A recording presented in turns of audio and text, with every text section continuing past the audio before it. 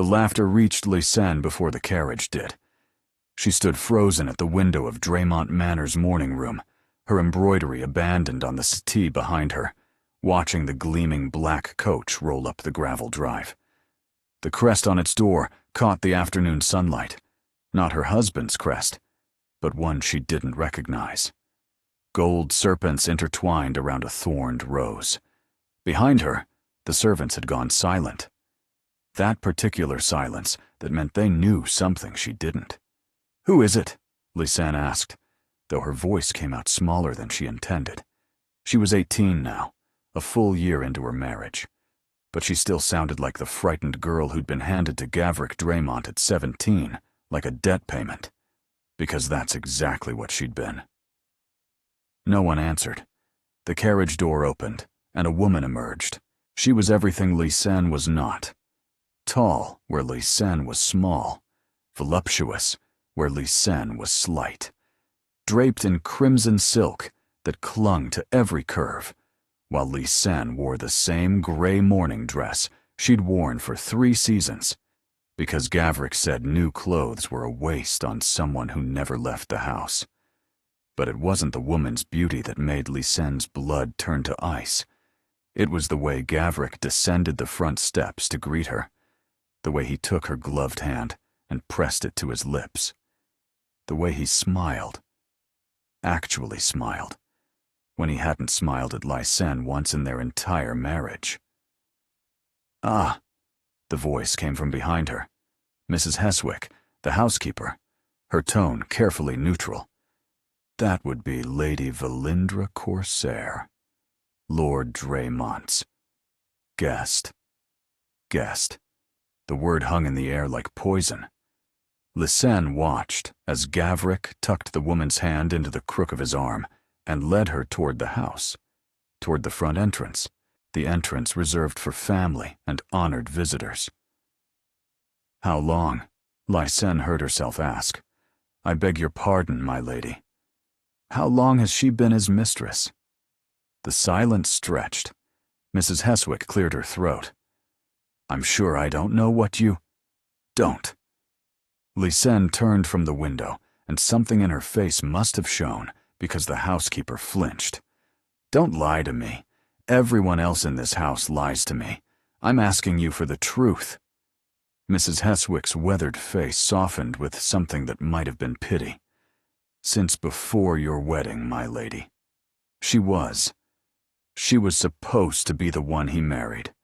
But her family's fortune collapsed, and your father's offer was more advantageous. Since before her wedding. Lysanne had been a replacement, a transaction, a warm body with a dowry attached, purchased because the woman he actually wanted had become too expensive." The front door opened downstairs.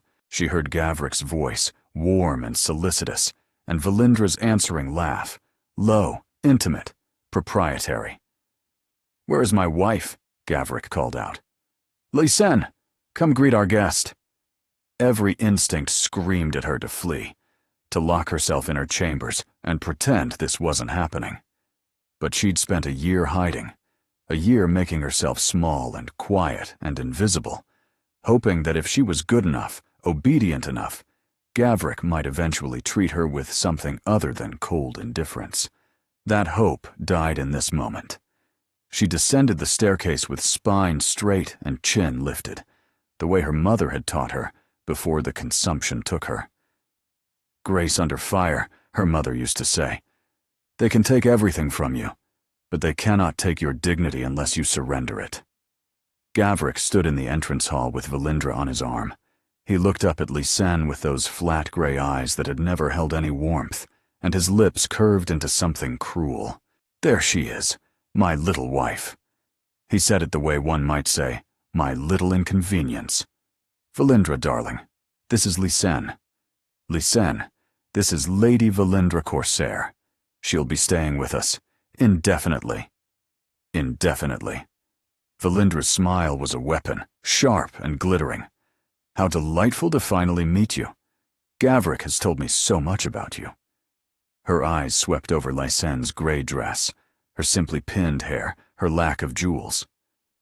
though I must say, he undersold your quaintness. Lady Valindra. Lysanne forced the words past the glass in her throat. Welcome to Draymont Manor. Oh, I've been here many times before. Valindra's laugh was like breaking crystal, though never through the front door. How novel. The implication landed like a slap. Lysanne felt her cheeks burn, but she refused to look away. I've had the blue suite prepared for Lady Valindra, Gavrik continued, as casually as if he were discussing the weather. The one adjoining mine. The blue suite. The suite that connected to the master chambers through a private door. The suite that had been Lysanne's mother-in-law's before she died. Of course, Lysanne whispered. What else could she say? Marvelous. Gavrik was already turning away, already dismissing her. We'll dine at 8. Wear something decent for once. I won't have you embarrassing me in front of Valindra. They swept past her up the stairs, Valindra's crimson skirts brushing against Lysanne's gray ones, the scent of expensive French perfume lingering like a taunt. Lysanne stood alone in the entrance hall, surrounded by servants who wouldn't meet her eyes. She was still standing there, still struggling to breathe, when the second carriage arrived. This one bore a different crest, a silver falcon against a midnight sky. The coachman wore midnight livery trimmed in silver, and the horses were the most magnificent creatures Lysanne had ever seen, coal-black with manes that gleamed like silk. A footman opened the carriage door. The man who emerged was not what she expected. He was younger than Gavrik, perhaps 28 or 29, with dark hair that fell across his forehead and eyes the color of a winter storm. He moved with the unconscious authority of someone who had never been questioned in his life, and when his gaze swept across the manor's facade, it held the assessment of a man who found everything wanting. Then his eyes found her. Lysanne stood frozen in the doorway, small, gray, insignificant, and the Duke of Stormhaven looked at her like he was seeing something no one else had ever bothered to notice. He didn't smile, he didn't speak, but something in his expression shifted, and Lysanne felt a shiver run down her spine that had nothing to do with the autumn wind. Well, said a voice from the top of the stairs. Gavrik had returned, his arms still wrapped around Valindra. Renville. What an unexpected pleasure. The Duke's gaze didn't move from Lysanne's face. Gavrik, he said, his voice low and precise. I think you have something that belongs to me. The entrance hall of Draymont Manor had never felt smaller. Lysanne watched the two men face each other across the marble floor, her husband rigid with barely concealed hostility, the Duke radiating a calm that felt somehow more dangerous than any display of anger. I beg your pardon? Gavrik's voice carried the sharp edge of offense. I'm not certain I understand your meaning. Then allow me to clarify. The Duke, Renville, Gavrik had called him, finally broke his gaze from Lysanne's face, though she could still feel the weight of his attention like a physical touch. The Merryweather shipping contracts, the ones you acquired 6 months ago through your marriage. Marriage. The word hung in the air, and Lysanne understood suddenly what she was. Not a wife, not even a person. A vehicle through which business arrangements were made. Those contracts are none of your concern, Gavrik said coldly. They became my concern when your father-in-law defaulted on his debts to my estate. Renville's tone was almost conversational, but his eyes were steel. Debts he incurred before his death, which were never properly disclosed during your marriage negotiations. Debts which, by law, transferred to you upon your union with his daughter. Lysanne's heart stopped. Her father had been in debt to a duke. Her father had sold her to Gavrik to escape that debt. And now, those debts were settled, Gavrik snapped. The dowry? The dowry your wife brought covered perhaps a third of what was owed. Renville reached into his coat and withdrew a folded document, the seal unbroken. The rest remains outstanding. I've been patient, Draymont. Perhaps too patient. But my patience has expired. Valindra descended the stairs with calculated grace, positioning herself at Gavrick's side like a queen claiming her throne. Surely this is a matter for solicitors and private offices, Your Grace, not for entrance halls. Renvoil's gaze flickered to her, and something cold passed through his expression. Lady Valindra, I didn't realize you'd taken up residence here. How unconventional. The barb landed precisely where intended. Valindra's smile faltered for just a moment before she recovered. The Duke of Stormhaven, she said sweetly. I've heard you've been rejecting marriage proposals for years. How fortunate that you can afford to be selective. Fortune has nothing to do with it. His attention returned to Gavrick.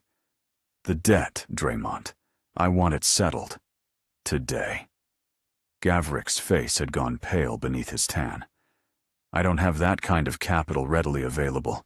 The estates are profitable, but then we have a problem. The silence that followed was suffocating. Lysen watched her husband's expression cycle through fury, calculation, and something that looked almost like fear.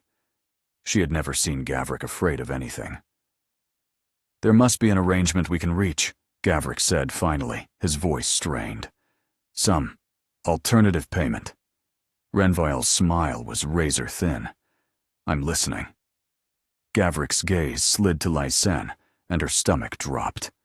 She knew that look, the same look he'd given her on their wedding night before, informing her that he had no intention of consummating their union, because he couldn't bear to touch something so disappointing. My wife, Gavrick said slowly, is young, reasonably educated, from a respectable family, despite her father's failures. She could serve as Gavrick. Valindra's voice carried a warning. As what? Renvoil's tone had gone dangerously soft. A companion. For your household. Your sister requires... You're offering me your wife as a servant? The words cracked through the entrance hall like a whip. Lysen felt her face flame with humiliation, but she couldn't speak, couldn't move, could only stand there while her husband bartered her like livestock. Not a servant, Gavrick corrected hastily. A companion, a lady's companion. It's perfectly respectable. She'd be housed, fed, cared for, and the debt would be... You disgust me. Renvoil's voice was quiet, but it carried the weight of absolute authority. He moved then, crossing the entrance hall in 3 long strides, until he stood directly in front of Lysen. This close, she could see the flecks of silver in his gray eyes, could smell sandalwood and something darker, could feel the heat radiating from his body. Lady Draymont, he said, and his use of her title felt like a restoration of something Gavrick had systematically stripped away. I apologize that you had to witness this. Her voice cracked. She cleared her throat. I'm accustomed to witnessing unpleasant things, Your Grace. Something flickered in his expression. Understanding, perhaps. Or recognition. I imagine you are. Renvoil. Gavrick's voice had taken on a desperate edge. The debt will be settled. The Duke turned, and his presence seemed to fill the entire space. But not through your wife's degradation. Then how? I'll take her. The words fell like stones into still water. I beg your pardon, Gavrick sputtered. Your marriage, Renvoil continued calmly, has not been consummated. Don't bother denying it. Your servants talk, and mine listen. An unconsummated marriage can be annulled. I have connections with the Archbishop. The process would take weeks, not months. Lysen couldn't breathe, couldn't think. The Duke of Stormhaven was offering to dissolve her marriage, to take her from this house, from Gavrick, from the gray half-life she'd been surviving for the past year. That's absurd, Valindra interjected. Why would you want her? She's nothing. No beauty, no fortune, No connections worth mentioning. Renville didn't even look at her. His eyes remained fixed on Gavrik. Your debt will be forgiven in full. You'll retain the shipping contracts. I have no interest in them. In exchange, I take your wife, and you never contact her again. She's my property, Gavrik snarled. She's a human being. Renville's voice dropped to something dangerous, though I understand that distinction is lost on you. Gavrik's hands clenched at his sides. Lysanne could see him calculating, weighing his pride against his debts, his possession of her against his need for solvency. Why? He demanded. Why would you possibly want her? Renville smiled then, but it didn't reach his eyes. Perhaps I simply enjoy taking things from men who don't deserve them. The cruelty of it shouldn't have comforted her, but it did. Because for the first time in a year, someone was fighting for her, even if his motives were unclear, even if this was merely a game between powerful men. At least she wasn't invisible anymore. Fine. Gavrik spat the word like poison. Take her. She's been nothing but a disappointment anyway. Gavrik! Valindra's voice was sharp with warning. No. He shook off her restraining hand. Let him have her. Let him discover what I discovered, that she's cold, passionless, and utterly useless as a wife. I give it 3 months before he sends her back. Renville's expression didn't change, but his eyes went terrifyingly cold. She won't be coming back. He extended his hand to Lysanne. My lady, my carriage is waiting. Lysanne stared at his outstretched hand. Elegant fingers, a signet ring bearing the falcon crest, strength evident in every line. I don't understand, she whispered. Why are you doing this? Does it matter? Yes. Something shifted in his expression. Surprise, perhaps, that she would question, rather than simply accept. Then ask me again, he said quietly, when we're away from here. I'll tell you the truth. It wasn't a promise. It wasn't even really an answer. But it was more than Gavrik had ever given her. Lysanne placed her hand in his fingers closed around hers. Warm, steady, certain. And something cracked open in her chest. Something that felt dangerously like hope. Mrs. Heswick, she called, her voice steadier than she expected. Please have my things packed. Only what belongs to me. Nothing from Lord Draymont. That will take time, my lady. She won't need anything, Renville interrupted. Everything she requires will be provided. He led her toward the door, and Lysanne didn't look back. Not at Gavrik's furious face, not at Valindra's calculating stare, not at the servants watching with wide eyes. But as they stepped into the autumn sunlight, she heard Gavrik's voice echo behind them, sharp with malice. You'll regret this, Renville. She's damaged goods, broken. Nothing you do will fix what's wrong with her. Renville paused at the carriage door. When he turned, his smile was winter itself. I'm not trying to fix her, Gavrik. I'm taking her somewhere. You can never hurt her again. He handed her into the carriage, and the door closed on her old life. But as the horses began to move, carrying her away from Draymont Manor forever, Lysanne couldn't shake the feeling that she'd simply traded one cage for another, and she still didn't know why. The Duke's carriage was nothing like Gavrik's, where her husband's vehicle had been functional and austere. Dark leather, minimal cushioning, curtains that blocked out the light. This carriage was designed for comfort. Velvet seats in deep midnight blue, silver lanterns that cast a warm glow against the gathering dusk. A fur blanket draped across the seat opposite her. Lysanne sat rigidly in the corner, acutely aware of the man across from her. Renville had removed his gloves, and she found herself staring at his hands, the way his fingers drummed absently against his knee, the signet ring catching the lantern light, the strength evident in his wrists, hands that had reached for her when no one else would. You're wondering if you've made a terrible mistake. His voice cut through the silence, and Lysanne's gaze snapped to his face. "I'm wondering many things, Your Grace, such as why you intervened, what you want from me, where we're going, what happens when we arrive." She paused. "Whether you're simply a different kind of monster than the one I left behind." If her bluntness surprised him, he didn't show it. Instead, the corner of his mouth quirked upward, not quite a smile, but something close, refreshingly direct. Gavrik didn't mention that quality. "Gavrik and I rarely spoke." "No, I imagine you didn't." He leaned back against the velvet seat, studying her with those unnerving gray eyes. "You asked me why I intervened. The truth is complicated. I have time." "Yes." His gaze flickered to the window, where the countryside rolled past in shadows of gold and amber. "I suppose you do."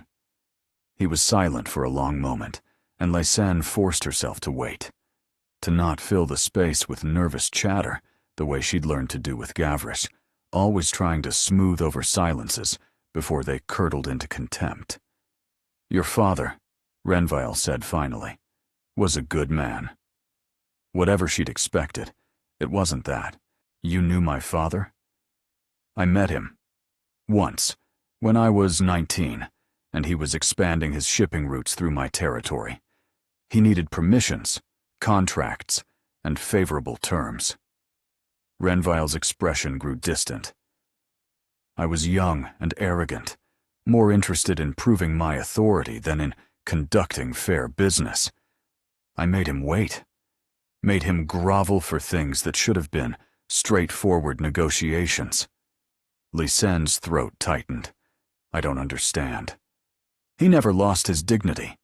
Even when I was being insufferable, even when my demands became unreasonable, he simply waited, answered my posturing with patience. And when the negotiations were finally complete, he looked at me, not with anger or resentment, and said, 'You'll be a good man someday, Your Grace, when you stop trying so hard to prove that you already are.'" The words hung in the air between them. "It stayed with me," Renville continued quietly. "The way he saw through my performance, the kindness he showed when he had every reason to despise me." He met her eyes. "When I learned he died in debt to my estate, I was already too late. By the time the paperwork reached me, you'd been married to Gavrik for 3 months. Then why now? Why not intervene sooner?" "Because I didn't know." His jaw tightened. "I didn't know what kind of man Gavrik Draymont truly was. My solicitors handled the debt collection. They reported that the matter was settled through marriage. Dowry transferred. Accounts balanced. It was only recently that I learned the truth." "What truth?" "That your father's debt was deliberately exaggerated by Draymont's solicitors. That the dowry you brought should have covered everything with surplus to spare. That Gavrik used false accounting to trap your family into the marriage contract." Renville's voice hardened. "That you've spent the past year being punished for a debt that never existed." The air left Lysanne's lungs. "My father died, believing he'd saved me," she whispered. "Believing the marriage would provide for me, protect me. He was deceived. You both were." The carriage wheels churned against gravel as the road changed from packed earth to something finer. Lysanne pressed her hands together in her lap, willing them not to shake. "Where are we going?" "Stormhaven. My estate." He paused. "You'll be safe there. I have a sister, or Ven, who will be delighted by your company. There will be lawyers, paperwork, and an annulment to secure. But you'll have time to recover, to decide what you want your future to hold. And what do you expect in return?" The question came out sharper than she intended, edged with the suspicion Gavrik had taught her. No one gave without expecting something back. Renville regarded her steadily. "I expect nothing. I don't believe you." "No," he agreed. "I wouldn't either, in your position." He leaned forward, resting his forearms on his knees, bringing himself closer to her level. "Let me be plain, Lady Draymont." "Lysanne!" She didn't know why she corrected him, only that she couldn't bear to hear that name anymore. "Please, if I'm to be free of him, I'd like to be free of that name as well." Something flickered in his expression. "Lysanne, then." Her name and his voice sounded different, like a beginning rather than a curse. "I have no designs on you. No hidden agenda requiring your compliance. I intervened because your father showed me kindness when I deserved none, and I've been carrying that debt for nearly a decade. Today, I had the chance to repay it. That's all. That's all? That's all." She wanted to believe him, desperately. But a year of Gavrick's cruelty had taught her that words were cheap, and promises even cheaper. "I have conditions," she heard herself say. His eyebrow rose. "Conditions? If I'm to stay at your estate, depend on your hospitality, accept your help with the annulment, I need to understand the terms." "This isn't a business negotiation." "Everything is a negotiation." She lifted her chin, channeling strength she wasn't sure she possessed. "My father taught me that." Something changed in Renville's expression. Respect, perhaps, or curiosity. "Very well. Name your conditions." Lysanne took a breath, organizing her racing thoughts into something coherent. "First, I want to understand the legal process. Every document, every decision. I want to be informed and consulted. I won't be shuffled through another arrangement without my knowledge or consent." "Done. My solicitor will meet with you directly. You'll see every paper before any action is taken." "Second," she continued, "I need to earn my place. I won't be a charity case. If there's work I can do, managing accounts, correspondence, anything, I want to contribute. You're a guest, not an employee." "I'm neither, Your Grace. I'm a woman who needs to learn how to survive on her own, because I have no guarantee that anyone will always be there to save me." Her voice cracked slightly. "When the annulment is complete, I need to be capable of supporting myself. Give me that chance." Renville studied her for a long moment, his expression unreadable. "My sister manages the household correspondence," he said slowly. "She's been wanting help for months. I imagine she'd be grateful for someone with a decent hand and a clear head. That's acceptable. And your third condition?" Lysanne hesitated. This one was harder. This one required admitting a vulnerability she'd tried desperately to hide. "I need to know," she said quietly, "that when Gavrick comes for me, because he will come, whatever bargain you struck today won't hold his pride forever. I need to know that I won't be handed back." The carriage fell silent. Outside, the trees had given way to open fields, and Lysanne could see a great house rising in the distance, its windows glowing warm against the darkening sky. "Look at me." The command was soft, but absolute. Lysanne raised her eyes to meet his. "Gavrick Draymont will never touch you again." Renville's voice held the weight of an oath. "Not while I draw breath. You have my word. Not as a duke, but as a man who understands what it means to be powerless in the hands of someone cruel." The words landed somewhere deep in her chest, cracking through walls she hadn't realized she'd built. "You understand that?" she whispered. His smile was bitter. "We all have our monsters, Lysanne. Some of us simply learn to hide the scars better than others." The carriage began to slow. Through the window, Stormhaven revealed itself, a sprawling manor of gray stone and climbing ivy, elegant without being ostentatious, warm lights spilling from every window as if the house itself was welcoming her home. "We've arrived," Renville said, and for a moment his careful mask slipped. She saw exhaustion there, and something that looked almost like hope. "My sister will be insufferable with excitement. I apologize in advance. Despite everything, the terror of the day, the uncertainty of the future, the weight of all she still didn't understand, Lysanne felt her lips curve into something that might have been a smile. I think I could use some insufferable excitement. The carriage door opened, and a young woman's voice rang out, bright and eager. "Renville, finally! Mrs. Fenwick said you were bringing a guest, but she wouldn't tell me anything, and I've been waiting for hours." Lysanne stepped down from the carriage into the cool evening air, and Orven Vanthor stopped mid-sentence. She was younger than Lysanne expected, perhaps 17, with her brother's dark hair, but warm brown eyes, and a face that seemed incapable of hiding any emotion. "Oh," Orven breathed, staring at Lysanne with undisguised wonder. "Oh, she's lovely." "Orven," Renville warned, "and she's wearing the most dreadful dress I've ever seen, which means she needs me immediately." Orven grabbed Lysanne's hands before anyone could stop her. "I'm Orven. You're clearly in need of rescue. How fortunate that rescuing people is our family specialty." Over Orven's shoulder, Lysanne caught Renville's eye. He shook his head slightly, but the corner of his mouth was twitching. "Miss Vanthor." "Orven. We're going to be friends. I can already tell." She began pulling Lysanne toward the house. "You look exhausted and possibly traumatized. I have hot chocolate and opinions about everything. Come with me." Lysanne let herself be dragged, too overwhelmed to protest.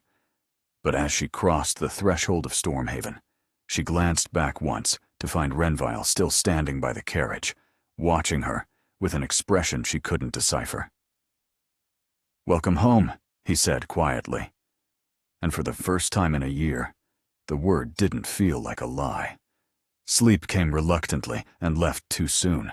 Lysanne woke to pale morning light filtering through curtains she didn't recognize, in a bed softer than anything she'd ever known. For one disorienting moment, she forgot where she was. Then memory crashed over her. The carriage, Gavrick's fury, Valindra's cruel smile, and a duke with winter-gray eyes who had looked at her like she mattered. The room was beautiful. Cream walls with delicate blue trim, a writing desk beneath windows, overlooking gardens bursting with late autumn roses, a wardrobe that could have held 50 of the gray dresses Gavrick had permitted her. Fresh flowers sat on the nightstand, chrysanthemums and lavender, replacing the stale emptiness she'd grown accustomed to.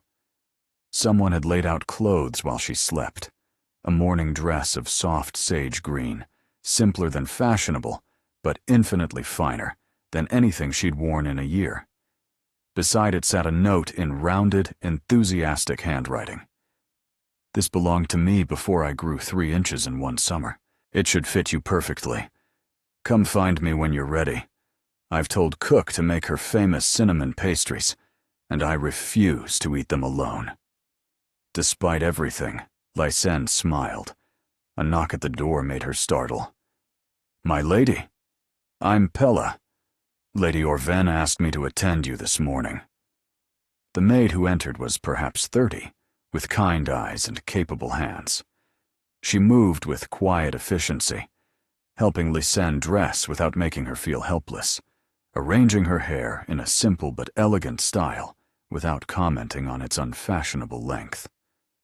"The green suits you, my lady," Pella said when she'd finished. "Brings out the warmth in your complexion." Lysanne barely recognized herself in the mirror. The haunted creature who'd stood in Draymont Manor's entrance hall seemed like a different person entirely. This woman had color in her cheeks, light in her eyes, and hope in the set of her shoulders. It was terrifying how quickly hope could return, and how easily it could be crushed. "His Grace," she asked carefully. "Where might I find him this morning?" "The Duke breakfasts early and retreats to his study for estate business. He rarely emerges before noon." Pella's expression remained neutral, but something in her tone suggested this was a long-standing pattern. Lady Orvin, however, will be in the morning room, likely plotting ways to reorganize your entire existence. Lysanne found herself almost laughing. She seems energetic. That's a generous word for it, my lady. The morning room was flooded with sunlight, its windows facing east toward gardens that rolled down to a distant lake. Orven sat at a table laden with more food than Lysanne had seen in months. Pastries, fresh fruit, eggs in silver dishes, chocolate steaming in delicate cups. Finally, Orven leaped up, pulling out a chair. I was beginning to think you'd sleep until noon like my brother pretends to. Sit, eat, and tell me everything. Everything? Everything you're comfortable sharing. Orven's enthusiasm softened into something gentler. Renville told me the basics last night, about your husband, about why you're here. She reached across the table, squeezing Lysanne's hand. I won't pretend to understand what you've been through, but I want you to know, whatever happened before, it doesn't define what happens next. Lysanne's throat tightened. You don't know me. Not yet, but I'm an excellent judge of character. Orven pushed a plate of pastries toward her. Eat something. You're too thin, and Mrs. Fenwick will take it as a personal insult if you don't appreciate her baking. The pastries were extraordinary, flaky, sweet, still warm from the oven. Lysanne ate 3 before she realized what she was doing, then flushed with embarrassment. Don't you dare apologize, Orven warned. Hunger is nothing to be ashamed of, neither is enjoying things. Her eyes sparkled. I suspect you haven't been permitted much enjoyment lately. No, Lysanne admitted quietly. I haven't. After breakfast, Orven insisted on a tour.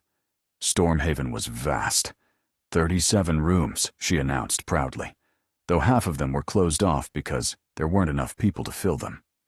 The library made Lysanne gasp. Floor-to-ceiling shelves crammed with volumes, leather chairs positioned near fireplaces, ladders that rolled along brass tracks. Renville practically lives in here, Orven said, watching Lysanne's expression with satisfaction. Our father collected books obsessively. When he died, Renville inherited the collection and the obsession. When did your father pass? 4 years ago. Hunting accident. Orven's voice remained light, but shadows moved behind her eyes. Renville was 24. Became Duke overnight, responsible for everything. The estates, the tenants, me. He hasn't stopped working since. Lysanne thought of the man in the carriage, the exhaustion he'd tried to hide, the bitter smile when he'd spoken of monsters and scars. What was he like, before? Orven considered the question. Lighter, he laughed more, had friends, went to parties, and drove our mother mad with his recklessness. She ran her fingers along a shelf of poetry. Now he's careful, controlled, like he's afraid that if he stops managing everything for one moment, it will all collapse. Perhaps it will. Perhaps. Orven turned to face her. Or perhaps he just needs someone to remind him that surviving isn't the same as living. The words echoed something Lysanne had felt, but couldn't articulate. The way she'd shrunk herself at Draymont Manor, becoming smaller and quieter each day, until survival was her only ambition. You're very wise for 17, she said. I'm very bored for 17, Orven corrected. Wisdom is what happens when you have too much time to think and not enough people to talk to. She linked her arm through Lysanne's. Which is why you're a gift. Someone new to talk to. Someone with experiences beyond these walls. Someone who... She stopped abruptly. Through the library windows, Lysanne could see a carriage approaching on the long drive. Black lacquer with gold trim, pulled by 4 matching grays. What is it? She asked, watching Orven's face pale. Grandmother. The word came out like a warning. She wasn't supposed to arrive until next week. Your grandmother? The Dowager Duchess of Stormhaven, Lady Valdris Vanthor. Orven's grip tightened on Lysenne's arm. She's formidable, and she doesn't know about you yet. The front doors opened somewhere below. Lysenne heard commanding footsteps, a sharp voice demanding to see her grandson immediately, and servants scrambling to comply. "What do I do?" she whispered. But Orven didn't have time to answer. The library door swung open, and Lysenne found herself face to face with the most intimidating woman she'd ever seen. Lady Valdris Vanthor stood in the doorway like a general surveying conquered territory. She was smaller than Lysenne expected, barely 5 feet tall, with silver hair swept into an elaborate arrangement, and eyes the same winter gray as her grandson's. But what she lacked in height, she compensated for in presence. Every inch radiated authority, from the jet beads on her black silk gown to the ebony cane she carried more as a weapon than a walking aid. "Orven," she said, her voice carrying the crisp precision of someone accustomed to being obeyed. "I was told your brother had taken leave of his senses and brought home a stray. I didn't realize you'd already befriended her." "Grandmother," Orven began, "I wasn't speaking to you." Lady Valdris's gaze fixed on Lysenne with unsettling intensity. "I was speaking about you. Who are you, girl? And why are you wearing my granddaughter's dress?" Lysenne's instinct screamed at her to cower, to stammer, to make herself small the way she'd learned with Gavric. But something in Lady Valdris's stare demanded better. "My name is Lysenne Merryweather," she said, using her maiden name deliberately. "Your grandson removed me from an abusive marriage yesterday. I'm wearing your granddaughter's dress because I left my husband's house with nothing but the clothes on my back." Silence. Lady Valdris's expression didn't change, but something flickered behind her eyes. Assessment, perhaps, or surprise at Lysenne's directness. "Merryweather," she repeated slowly. "Halden Merryweather's daughter?" "Yes, Your Grace." Lady Valdris moved into the room, her cane tapping against the hardwood floors. "Your father visited Stormhaven once, years ago. Renville treated him abominably. Has he told you that?" "He has." "Did he tell you why he intervened in your marriage?" "To repay a kindness my father showed him." "Is that what he said?" Lady Valdris's laugh was dry as paper. "My grandson is many things. Intelligent, dutiful, stubborn as stone. But he is not a man who acts purely from sentiment. If he brought you here, there's more to it than old debts." "Grandmother." Renville's voice came from the doorway, sharp with warning. "I didn't realize you were arriving early." "Clearly." Lady Valdris turned to face him. "I received a rather alarming letter from Lord Draymont this morning, claiming you've stolen his wife, forged documents, and made threats against his person. Imagine my surprise." Renville moved into the room with controlled grace, positioning himself between his grandmother and Lysenne. The protectiveness of the gesture wasn't lost on anyone present. "Gavric Draymont is a liar, a fraud, and a coward, who installed his mistress in his wife's home. Whatever claims he makes should be treated accordingly." "Perhaps." Lady Valdris settled into one of the leather chairs, arranging her skirts with deliberate precision. "But you've created a scandal, Renville. An annulment will take months. In the meantime, this girl's presence in your home will be fodder for every gossip in society. Let them talk. Easy to say when you're not the one they'll tear apart." Lady Valdris's gaze returned to Lysenne. "Come here, child. Sit where I can see you properly." Lysenne glanced at Renville. His jaw was tight, but he gave a slight nod. She sat in the chair opposite Lady Valdris, folding her hands in her lap the way her mother had taught her. Composure under pressure, grace under fire. "Now," Lady Valdris said, Tell me everything. Not the version you told my grandson. The truth. Grandmother. Quiet, Renville. I want to hear her speak for herself. Lysanne took a breath, and for the second time in 2 days, she chose honesty over self-preservation.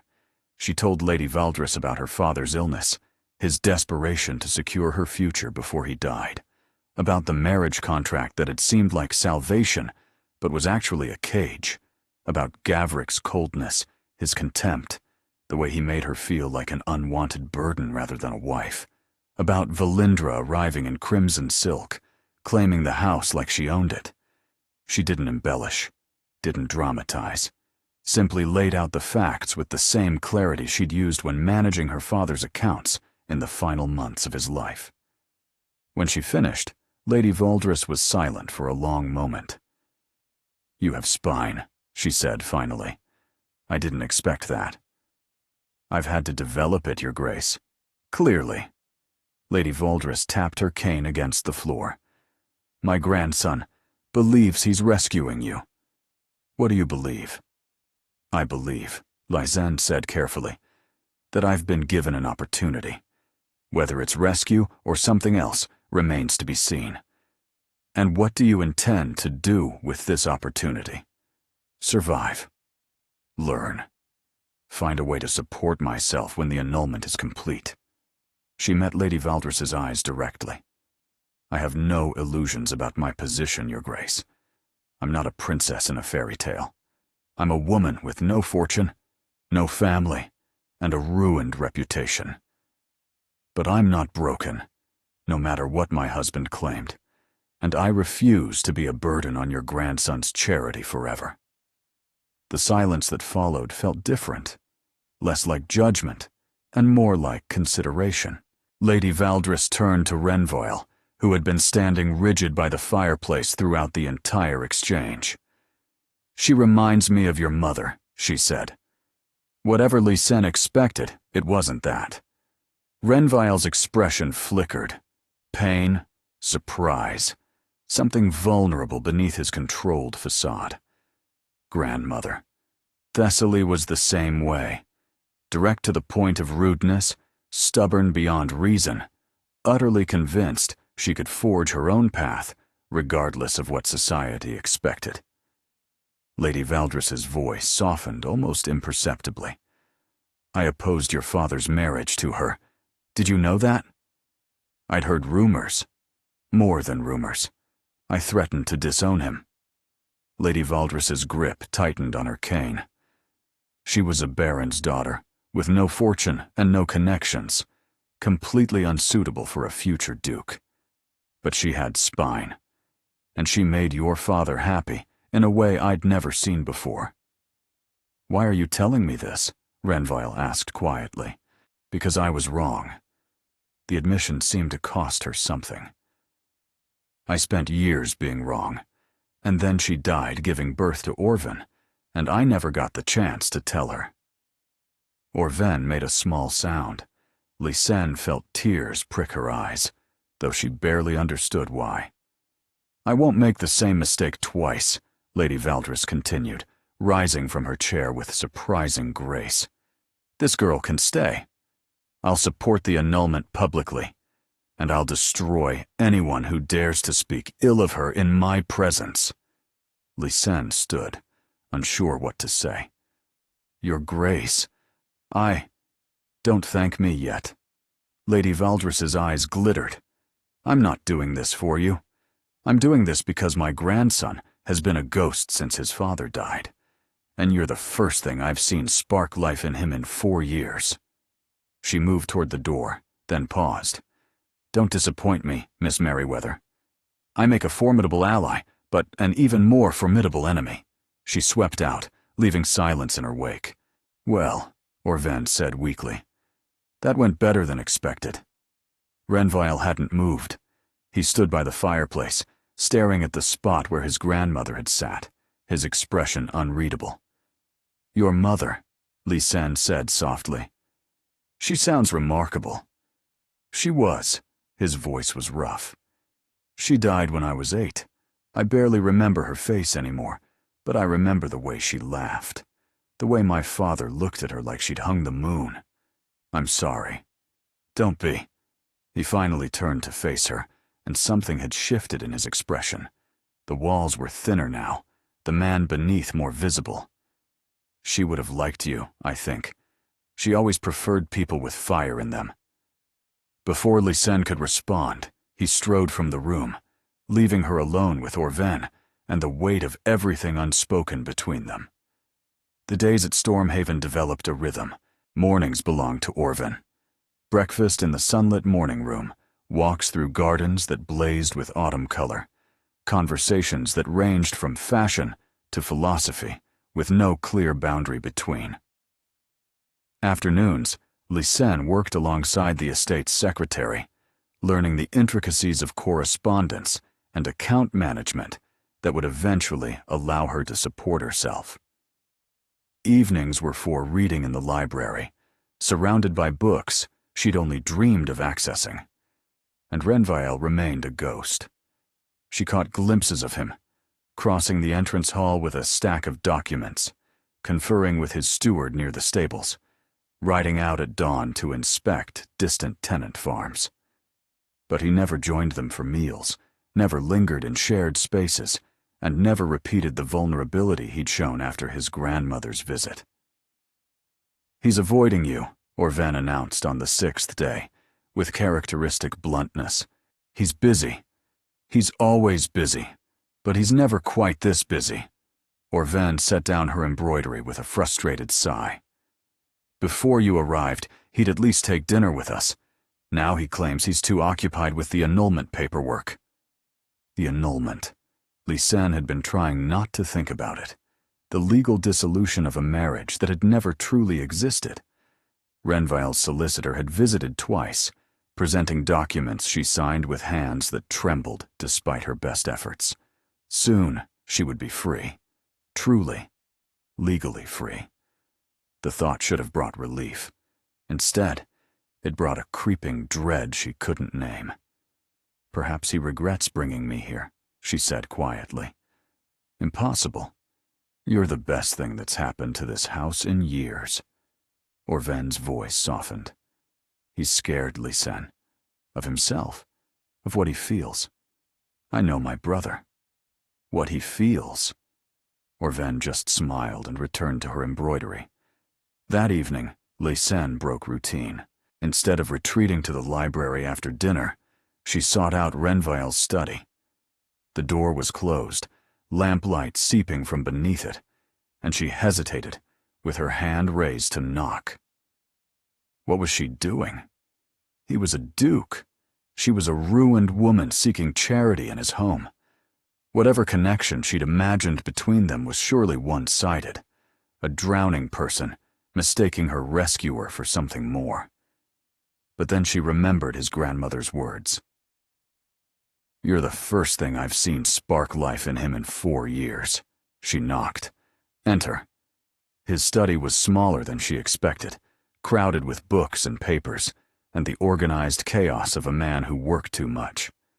Renville sat behind a massive oak desk, coatless, sleeves rolled to his elbows, dark hair falling across his forehead, in a way that made him look younger, more approachable. "Lysen?" Surprise flickered across his face. "Is something wrong?" "You've been avoiding me." The directness caught him off guard. He set down his pen, leaning back in his chair with an expression she couldn't read. "I've been occupied with your annulment. You've been hiding." She moved further into the room, closing the door behind her. "Your sister noticed. Your grandmother noticed. The servants certainly noticed. And you?" "I noticed that the man who rescued me has become a stranger." She stopped at the edge of his desk, close enough to see the shadows beneath his eyes, the tension in his jaw. "If my presence here has become a burden, it hasn't. Then why won't you look at me?" The question hung between them, sharp and unavoidable. Renville rose from his chair, moving to the window that overlooked the moonlit gardens. For a long moment, he was silent. "Because when I look at you," he said finally, "I forget that this is temporary. Lysanne's breath caught. Temporary? The annulment will be finalized in 3 weeks. You'll receive a settlement. Don't argue, my grandmother insisted, and no one argues with her. You'll have enough to establish yourself wherever you choose. A new life, free from your husband, free from scandal, free from... He stopped, his hands gripping the windowsill.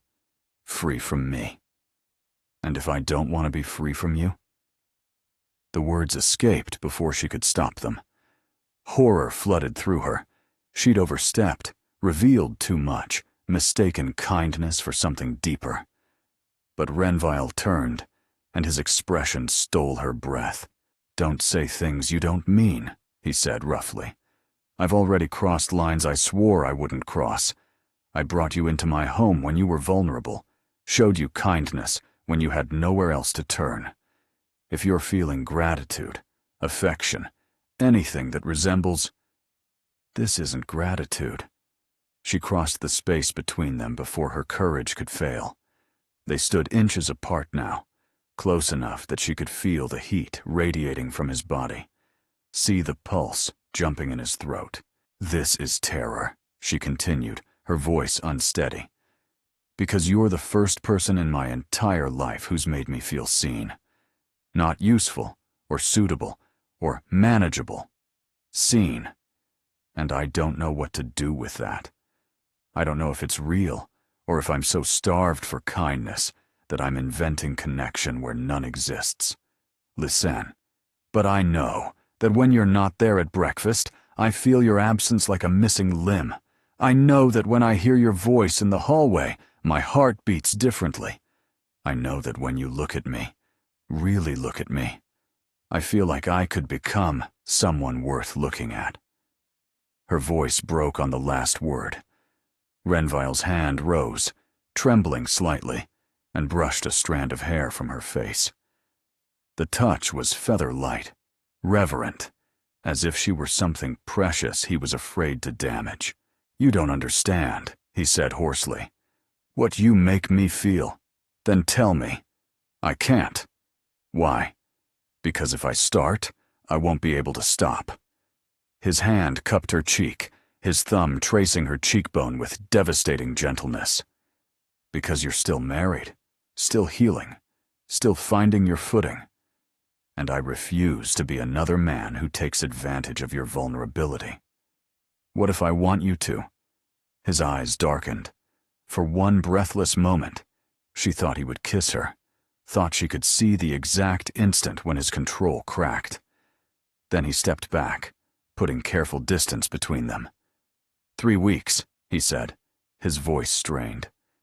"When the annulment is finalized, when you're truly free, when you've had time to decide what you want, without the weight of obligation or gratitude, ask me again. And if I don't change my mind." His smile was soft, pained, and full of a longing he couldn't quite hide. "Then I'll tell you everything." He returned to his desk, picking up his pen with hands that weren't quite steady. A dismissal, but a gentle one. Lysanne retreated to the door, her heart pounding against her ribs. "Renville," he looked up. "I'm not going to change my mind." She left before he could respond, but she heard his sharp intake of breath, saw the pen slip from his fingers. 3 weeks, 21 days to prove that what she felt wasn't gratitude or desperation, or the echo of trauma seeking comfort. 21 days to make him understand that sometimes rescue was just the beginning. She just had to survive them first. The Vanthor Autumn Ball was a tradition stretching back 5 generations. Every noble family within 50 miles attends, Orven explained, adjusting the pearl clips in Lysanne's hair.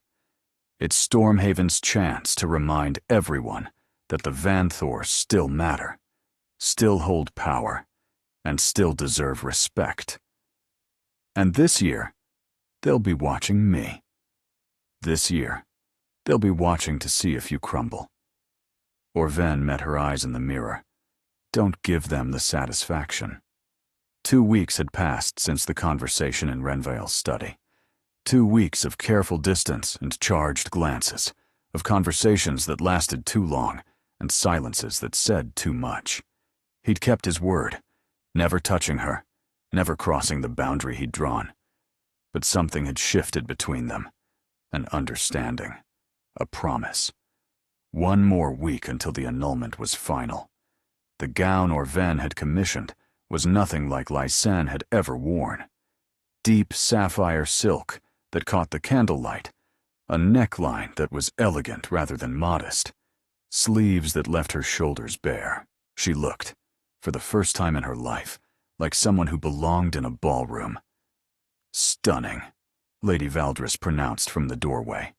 She wore black silk and jet, her silver hair crowned with diamonds. The sapphires were a good choice. They bring out your coloring. I don't have sapphires, Your Grace. You do now. Lady Valdres opened a velvet case to reveal a necklace that made Lysanne gasp. A cascade of sapphires and diamonds that must have cost more than her father's entire shipping business. They belonged to Renvale's mother. He asked me to give them to you tonight. Lysanne's hand trembled as she touched the stones. I can't accept.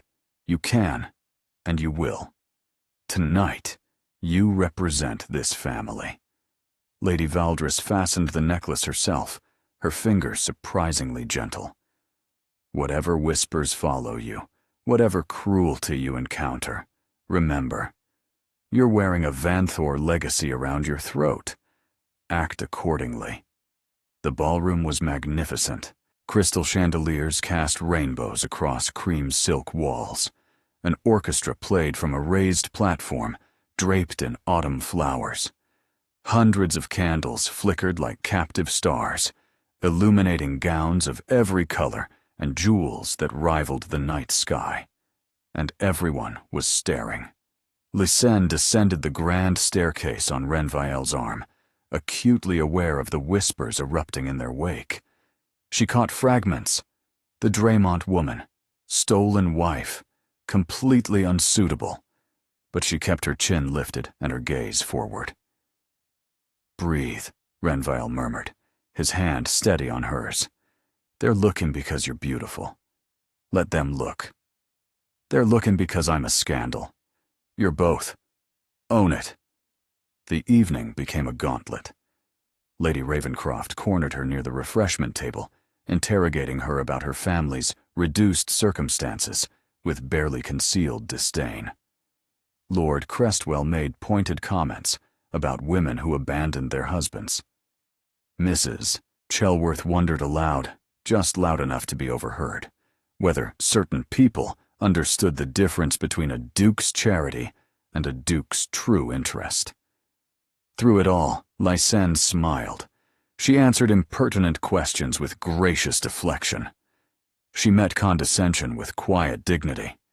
She refused to give anyone the satisfaction of seeing her wounded, even when the cuts landed precisely where they were aimed.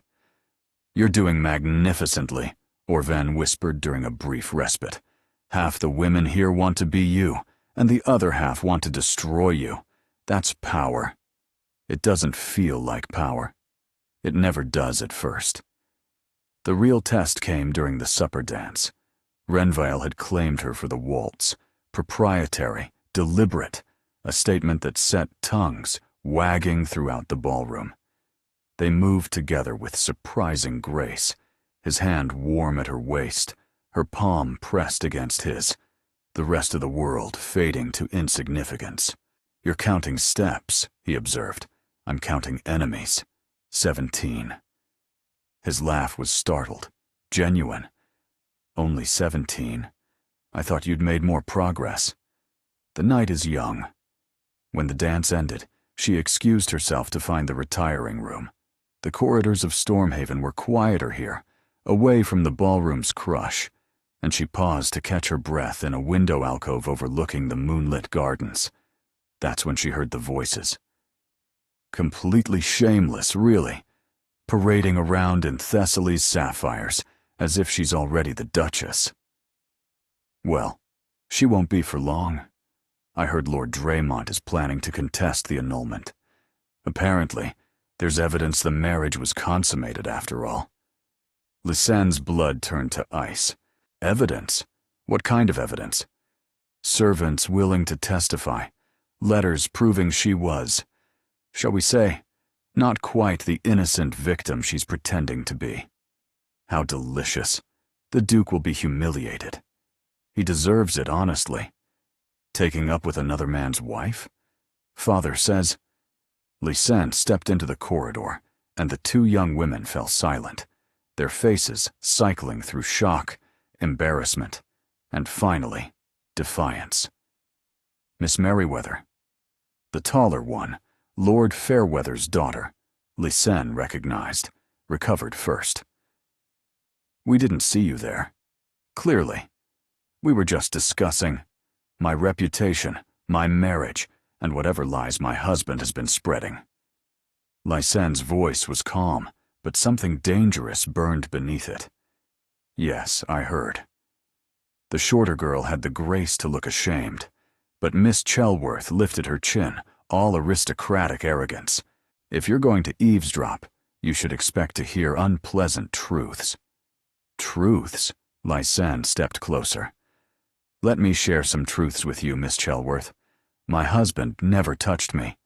Not once, in a year of marriage. He was too busy visiting his mistress, a woman he installed in our home the same day a duke arrived to witness my humiliation. Miss Chelworth's confidence wavered. Any evidence to the contrary is fabricated, Lysanne continued. Any servant willing to testify is lying for money or fear.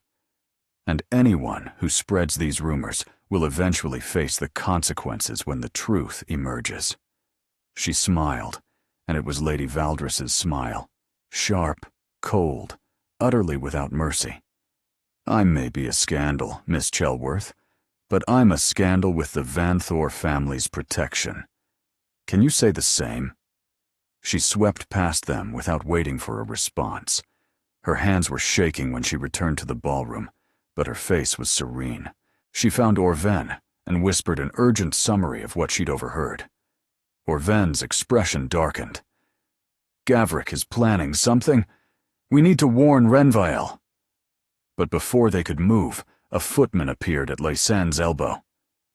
Miss Merriweather, there's a gentleman requesting your presence in the library. He says it's urgent, regarding your mother. My mother? Confusion cut through her fear. Her mother had died when she was 12. There must be some mistake. He was quite insistent, miss. Said you'd understand when you saw what he brought. Against her better judgment, against every instinct screaming warning, Lysanne followed. The library was dark when she entered, lit only by dying embers in the fireplace. She could see a figure standing by the windows, silhouetted against the moonlight. Hello? You wish to speak with me about... The figure turned, and Lysanne's world collapsed. Hello, wife, Gavric said. Did you really think I'd let you go that easily? The library door closed with a soft click that sounded like a death knell. Gavric looked different than she remembered. Thinner, harder, a feverish intensity burning in eyes that had always been cold. He'd lost weight since she'd left, and gained something worse, desperation. Gavric. She forced her voice steady. You shouldn't be here. Shouldn't I? He moved away from the window, circling toward her with predatory slowness. This is a public ball. I received an invitation months ago, back when you were still playing the dutiful wife. The invitation was rescinded, and yet, here I am. His smile was a wound. You've made quite the impression tonight, Lysanne. The sapphires are a nice touch. Are you wearing his dead mother's jewels while you plot to take her place? I'm not plotting anything. No? He stopped an arm's length away, close enough that she could smell brandy on his breath. You haven't been warming the Duke's bed, spreading your legs to secure your future? The vulgarity hit like a slap. You know that's not true. You know better than anyone that I've never— What I know, Gavrik interrupted, his voice rising, is that I've been humiliated, publicly cuckolded by a man who thinks his title gives him the right to steal another man's property. I'm not property. You're my wife. His composure cracked, revealing the rage beneath. You took vows, sacred vows, and you broke them the moment you climbed into his carriage. I broke nothing. You broke everything the moment you brought your mistress into our home. Valindra has nothing to do with this. Valindra has everything to do with this. Lysenne's own anger surged, overwhelming her fear. You married me for money, ignored me for a year, and paraded another woman in front of me like I was nothing. And now you claim I've wronged you? You shamed me. You shamed yourself. Gavrik's hand shot out, grabbing her wrist with bruising force. She gasped, twisting to escape, but his grip only tightened. You will return with me tonight, he said, his voice dropping to something lethal. You will tell everyone that this was a misunderstanding, that Stormhaven took advantage of your distress, that you are ready to honor your marriage vows. Never. Then I'll destroy you. His face was inches from hers, his breath hot and sour. I have witnesses willing to testify that you were no virgin bride. I have letters, forged but convincing, proving you've been Stormhaven's whore since before your wedding. By the time I'm finished, no annulment court in England will grant you freedom. Those are lies. Lies become truth when enough people believe them.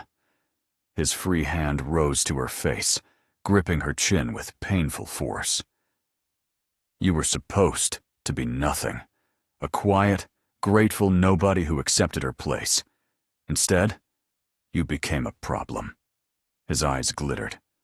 I solve problems, Lysenne. Let her go. Renville's voice cut through the darkness like a blade. He stood in the doorway, and Lysenne had never seen him look more dangerous. His formal composure had shattered, revealing something primitive beneath. A man ready to destroy anyone who threatened what was his. Gavrik's grip didn't loosen. Stormhaven, come to protect your investment? I won't ask twice. Or what? You'll call me out? Duel at dawn? Gavrik laughed, but his voice trembled. This isn't the Middle Ages. You can't simply murder a man for reclaiming his property. She's not your property. Renville moved into the room, each step deliberate, controlled, and terrifying. She was never your property. And if you don't remove your hands from her in the next 3 seconds, I will remove them for you. Something in his tone must have penetrated Gavrik's bravado. He released Lysenne's wrist, stepping back with his hands raised in mocking surrender. Keep her then. Keep your damaged goods. His smile was poison. But remember, the annulment isn't finalized yet, and courts can be influenced by the right information, presented at the right time. Threaten her again, Renville said quietly, and I will end you. Not through courts or solicitors. I will personally ensure that you lose everything. Your estates, your reputation, your precious Valindra. Everything. You wouldn't dare. Test me. The silence stretched, electric with violence. Then Gavrik straightened his coat, smoothing his expression into something resembling dignity. This isn't over, he said. She belongs to me. Legally, morally, before God. And I will have her back. He swept past Renville and out of the library, leaving destruction in his wake. Lysenne's legs gave out. Renville caught her before she hit the floor, gathering her against his chest with desperate tenderness. She was shaking, great, racking tremors that she couldn't control, and he simply held her, one hand stroking her hair, his lips pressed against her temple. I'm sorry, he murmured. I'm so sorry. I should have been here. I should have— How did you know? Or Ven. She came to find me the moment you left the ballroom. His arms tightened. When I think of what might have happened if she hadn't. But she did. Lysen pulled back, meeting his eyes. She did. And you came. And I'm safe. Are you? His expression was tormented. He's not going to stop, Lysen. You heard him. He'll lie, fabricate evidence, and do whatever it takes to keep you trapped. Then we fight back. How? His connections, his money. We have connections too. We have your grandmother. We have the truth.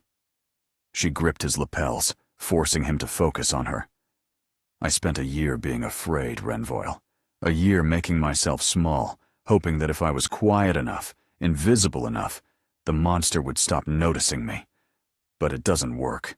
It never works. What are you saying? I'm saying I'm done hiding. Her voice strengthened with each word. If Gavrik wants a war, I'll give him one. I'll stand in front of every court in England and tell them exactly what kind of man he is. Renvile kissed her. It wasn't gentle. It wasn't careful. It was desperate and consuming. A year of loneliness and weeks of restraint shattering into something raw and real. His hands framed her face like she was precious. His mouth moved against hers like she was air, and Lysen kissed him back with everything she had. When they finally broke apart, both gasping, his forehead rested against hers. I know I said I'd wait, he breathed. I know I promised. Don't apologize. She pulled him back, kissing him again, softer this time. Don't ever apologize for this. They held each other in the darkened library, while the ball continued without them. While somewhere beyond these walls, Gavrik Draymont plotted their destruction. But in this moment, none of that mattered. In this moment, they had each other. And for the first time, Lysen believed that might be enough. 3 days after the ball, the letters began arriving. The first came to Lady Valdres, a detailed account of Lysen's true character, complete with fabricated testimony from servants who claimed to have witnessed her infidelity. The second went to Renvile's solicitor, threatening legal action if the annulment proceeded. The third arrived at the offices of London's most scandalous gossip sheet. By week's end, Lysen's name was poison. They're calling you a fortune hunter, Orven reported grimly, setting down a stack of newspapers she'd tried to hide. A seductress who abandoned her lawful husband to prey on a grieving duke. Let me see. Lysen, let me see. The articles were worse than she'd imagined. Lurid speculation about her relationship with Renvoil. Anonymous sources detailing her supposed affairs. A particularly vicious editorial questioning whether women of her moral character deserved legal protection at all. It's all lies, Orven said fiercely. Everyone who matters knows it. Everyone who matters isn't the court. Lysen set the papers down with numb fingers. If Gavrik convinces a judge that the marriage was consummated, the annulment fails.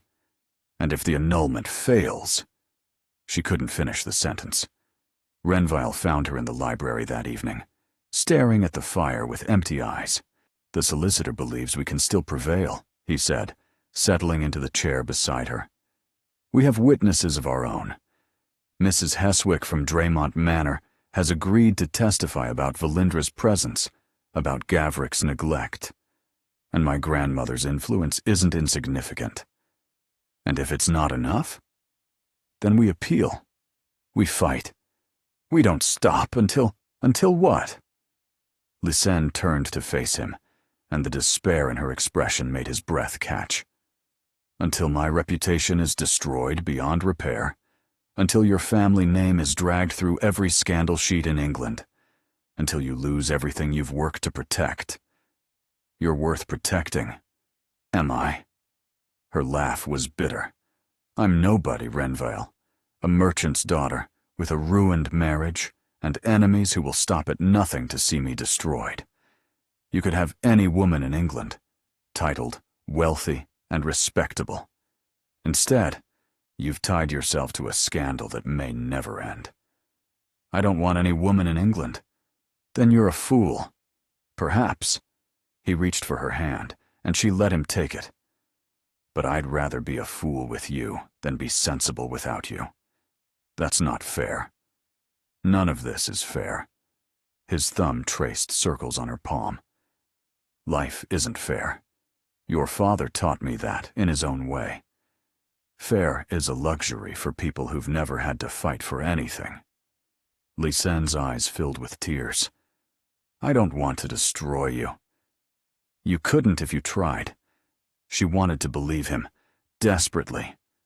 But the weight of the past week pressed down on her chest like stones, making it hard to breathe, harder to hope. Lady Ravencroft withdrew her daughter's friendship with Orvin, she whispered. Did you know? Because of me, your sister is being punished. Orvin doesn't care about Lady Ravencroft's insipid daughter. She shouldn't have to care. She shouldn't have to pay for my presence in your lives. Lysenne, your grandmother received 3 letters today. 3. All demanding she disavow me publicly or face social consequences.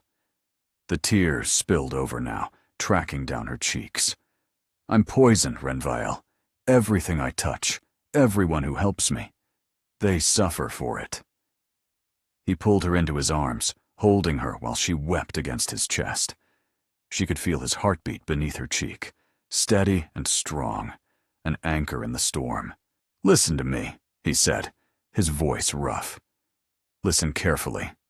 I spent 4 years being safe, controlled, making decisions based on what was prudent, what was expected, what would protect the family legacy.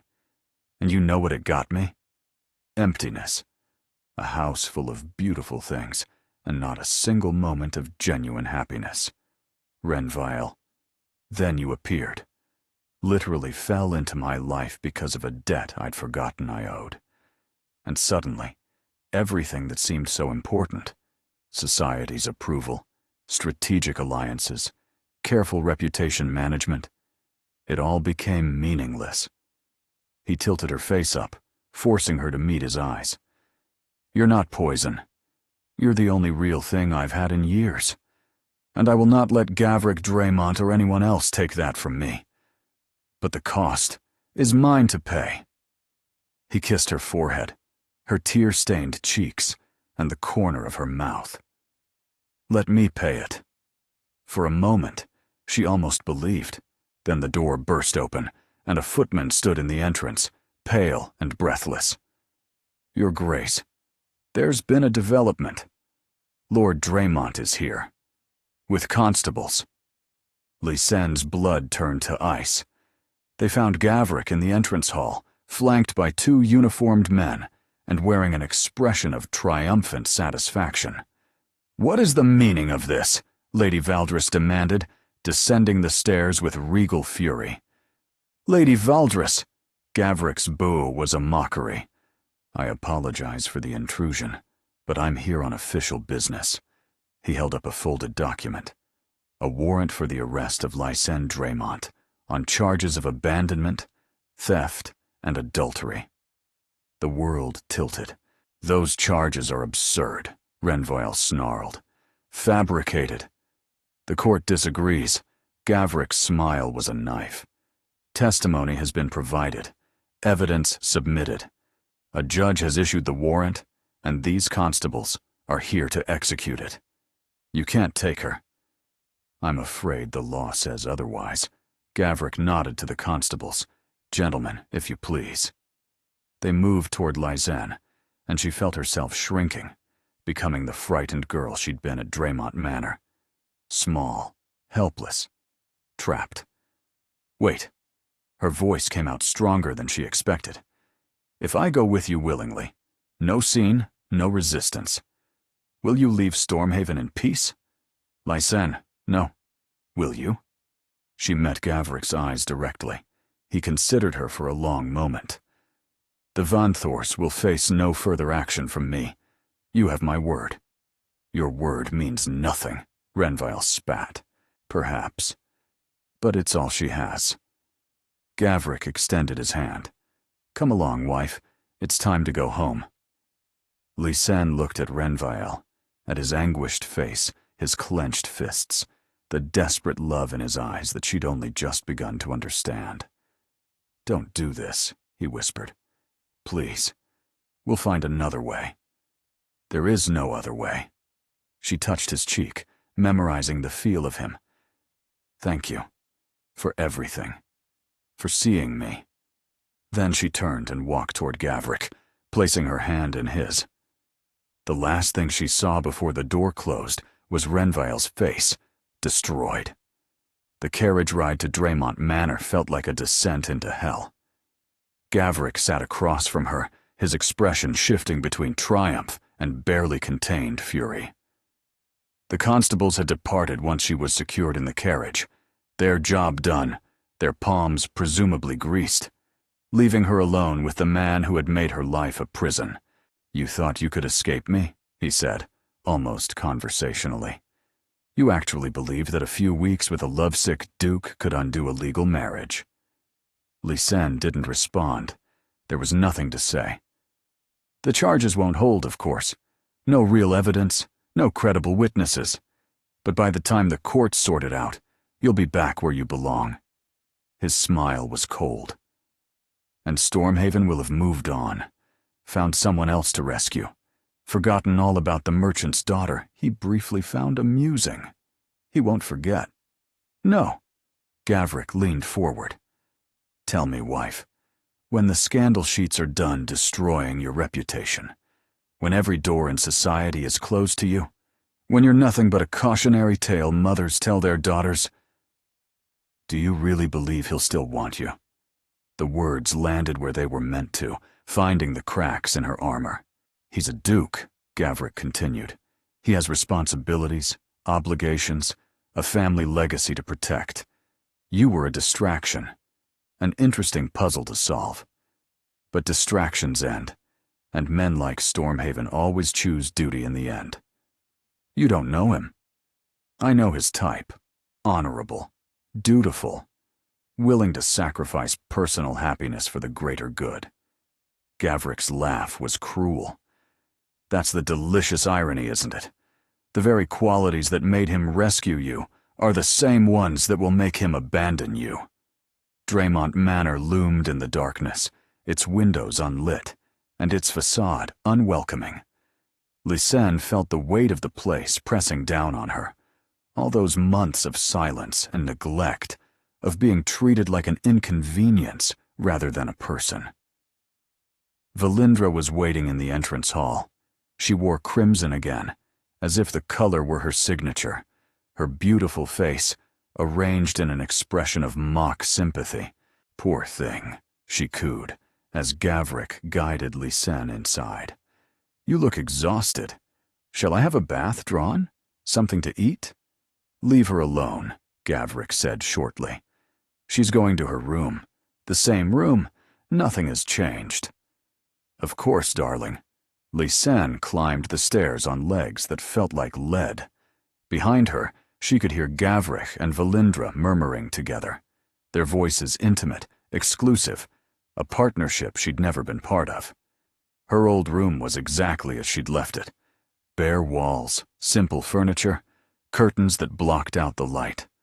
The gray dress she'd worn to the opera that day still hung in the wardrobe, a ghost of the woman she'd been. She sat on the edge of the bed and waited for morning. But morning brought no relief. Only more of Gavrik's presence, his constant reminders of her position, and his detailed descriptions of what her future would hold once the courts confirmed her status as his property. No more Duke, he said at breakfast, while Valindra buttered toast beside him. No more balls or beautiful gowns.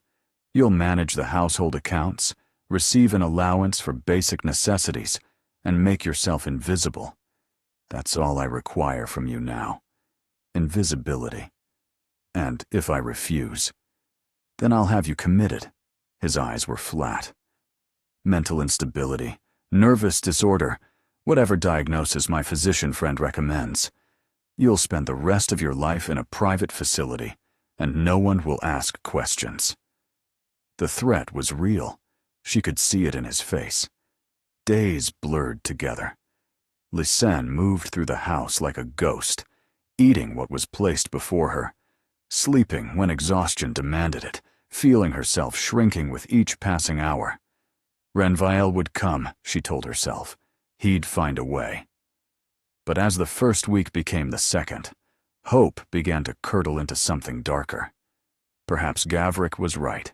Perhaps Renville was already moving on, accepting the inevitable, choosing duty over sentiment. Perhaps the kiss in the library, the promises in his study, the way he'd looked at her like she was everything.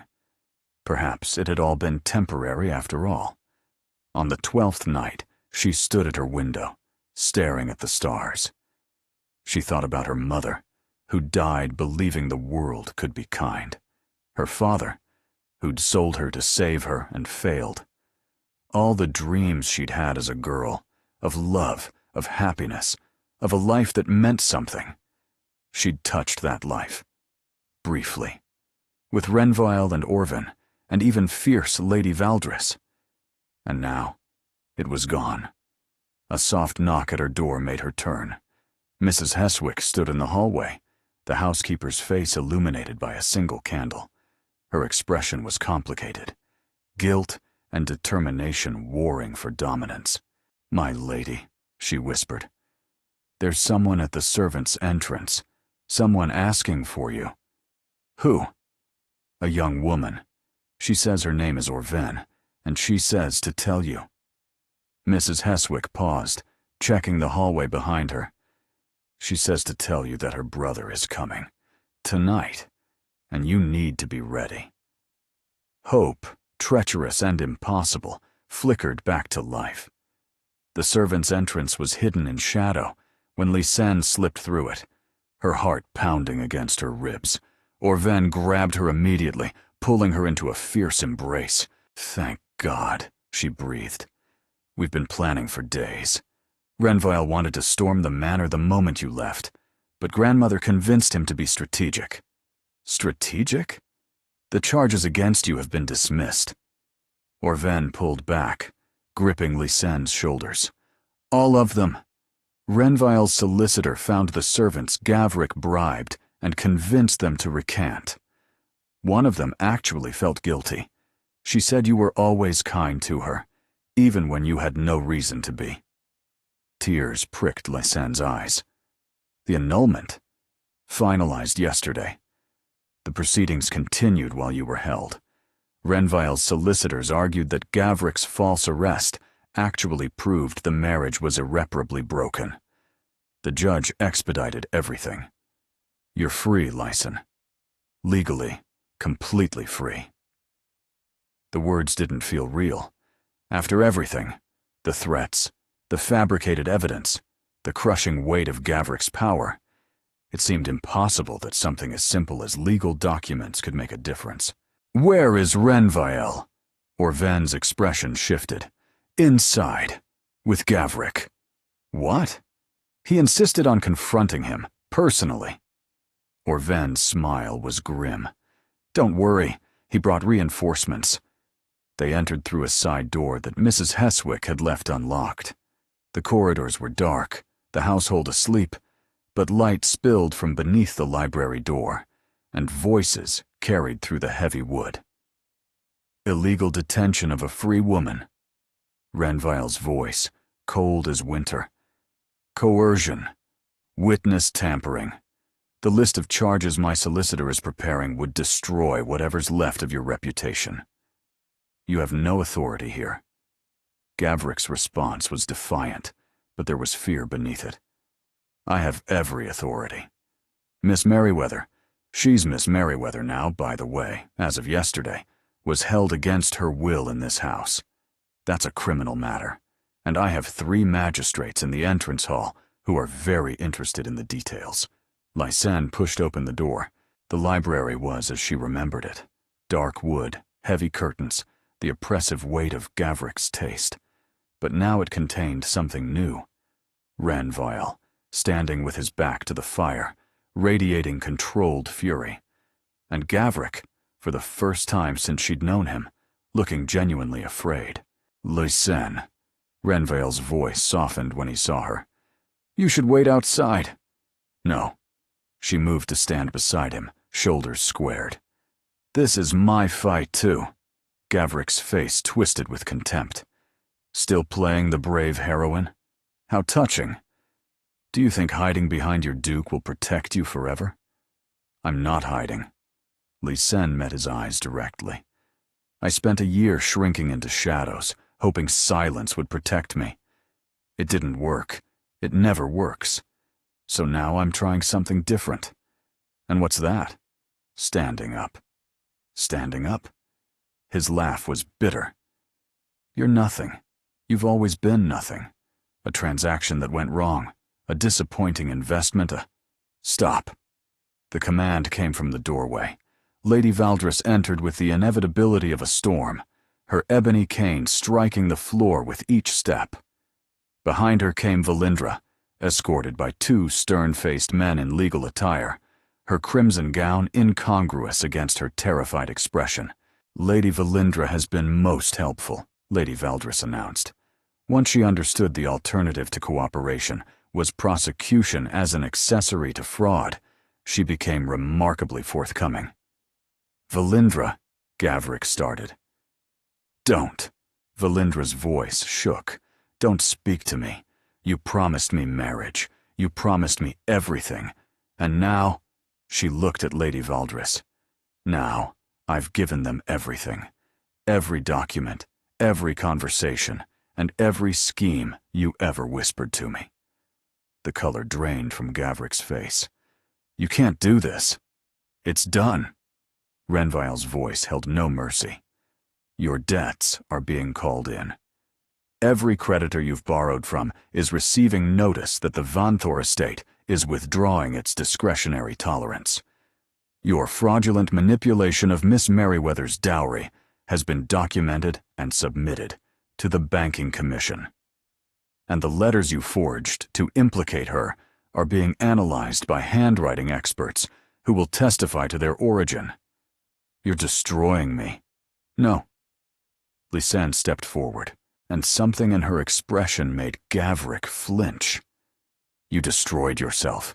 You destroyed yourself when you decided that cruelty was easier than decency, when you chose Valindra over honor, when you looked at me, a frightened girl who wanted nothing more than to be a good wife, and saw only a problem to be managed.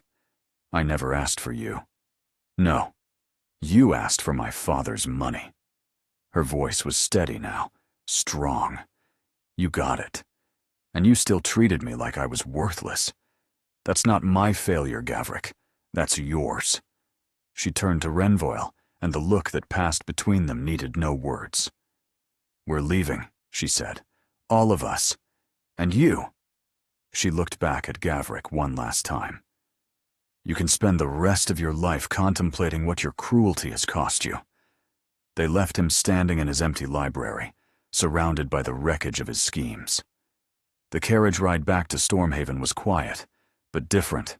Not the heavy silence of fear, but the peaceful stillness of exhaustion finally released. Orven fell asleep against her grandmother's shoulder. Lady Valdres maintained her imperious posture, but her hand rested gently on her granddaughter's hair. And Renvael held Lysen's hand, his thumb tracing patterns on her palm, his eyes never leaving her face. "You were magnificent," he said softly. "I was terrified." "Both can be true." He lifted her hand to his lips, pressing a kiss against her knuckles. "I should have come sooner. I should have—" "You came." She moved closer, resting her head on his shoulder. "That's what matters." "Lysen." He waited until she looked up. "I need to ask you something. Properly. Without threats or legal complications, or uncertainty about your freedom." Her heart stopped. "What? Will you stay?" His voice was raw with vulnerability. "Not as a guest or a charity case, or a woman escaping a nightmare. Stay as something more." Stay as... Yes. I haven't finished asking. I don't need you to. She pulled his face down to hers, kissing him with all the hope and fear and desperate love she'd been holding back. Yes, to whatever you're asking. Yes. Outside the carriage windows, the sun was beginning to rise. 6 months later, the Stormhaven Spring Ball was declared the event of the season. Lysanne stood at the top of the grand staircase in a gown of ivory silk, her hand resting on Renville's arm, watching the ballroom below fill with guests who had once whispered about her scandal and now scrambled for invitations. "Ready?" Renville murmured. "No," she smiled, "but I'm doing it anyway." They descended together, and this time there were no whispers, only applause. The months since her liberation had been filled with healing and discovery. She'd learned that Renville laughed like a boy when Orven told terrible jokes, that Lady Valdres loved Gothic novels, that Stormhaven's gardens were spectacular in spring. She'd learned that she was capable of happiness, that love wasn't a trap, that some cages could be broken open, and what emerged could be stronger than what was imprisoned. The wedding had been small, intimate, and scandalously quick by society's standards. But Lady Valdres had silenced critics with a single raised eyebrow, and eventually, even the most persistent gossips had moved on to fresher scandals. "Your Grace." Lord Ravencroft approached with his wife, both wearing expressions of determined friendliness. "What a magnificent evening." "Lord Ravencroft." Lysanne accepted his bow with serene grace. "Lady Ravencroft, how kind of you to attend." The Ravencrofts, who had withdrawn their daughter's friendship with Orven. The Ravencrofts, who had publicly questioned whether Lysanne deserved her title. They were here now, smiling and flattering, because power had shifted, and they knew it.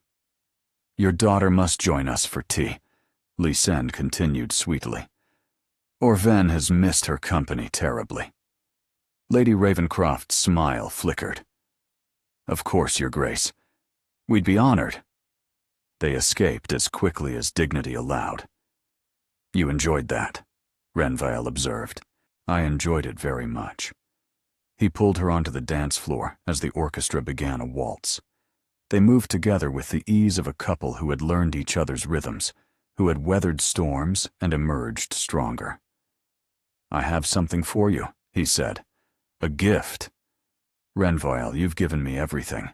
The wedding, the sapphires, an entirely new wardrobe. This is different." He reached into his coat, withdrawing a folded letter, yellowed with age. "I found it last week, going through my father's old papers. I think you should read it."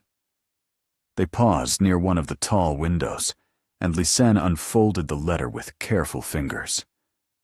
"My dear Duke," the letter began, in handwriting she recognized with a shock. Her father's handwriting. "If you're reading this, it means the debt I owe you has finally come due. I hope you'll accept this letter as partial payment. Not of money, but of truth. I have a daughter. Lysanne. She is 17 as I write this, and already she shows signs of becoming the woman her mother never got to see. Kind, brave, and stubborn in the best way. She deserves a life full of beauty and love. But I'm dying. The doctors give me months, and I've made a terrible mistake. Trusted the wrong man, signed the wrong contracts. When I'm gone, my daughter will be vulnerable. My son lacks the judgment to protect her. I ask nothing of you. I have no right to ask anything. But if fate ever brings my daughter across your path, if you ever have the opportunity to show her kindness, remember that her father once saw goodness in you. Before you were a duke, when you were just a young man trying to prove yourself, I saw who you could become. I hope I was right. Your servant, Halden Merriweather." Tears streamed down Lysanne's face. "He knew," she whispered. Somehow, he knew. He hoped. Renville's voice was rough with emotion. He hoped, and he trusted, and against all odds, fate listened. I miss him. I know. He pulled her close, heedless of the watching crowd. But he'd be proud of you. The woman you've become. The life you're building. Lysen pressed her face against his chest, letting his heartbeat steady her. I love you, she said. I don't think I tell you enough. You tell me every day, in every look, every touch, every moment you choose to stay. He tilted her face up, wiping her tears with gentle thumbs. I was drowning before you, Lysen. I'd convinced myself that duty was enough, that surviving was the same as living. You taught me otherwise. We taught each other. The orchestra shifted into something slower, softer. Around them, other couples swayed. But Lysen was aware only of Renville, his arms around her, his heartbeat against her palm, the future stretching out before them like an unwritten story. Dance with me, he murmured. We're already dancing. I mean forever. His smile was everything she'd never dared to hope for. Dance with me forever. And she did. Years later, their daughter would ask how they met. At a ball, young Catriane would guess, bouncing on her father's knee with her grandmother, Thessaly's dark curls, and her mother's stubborn chin. Not quite, Renville would say, smoothing her hair. Then where?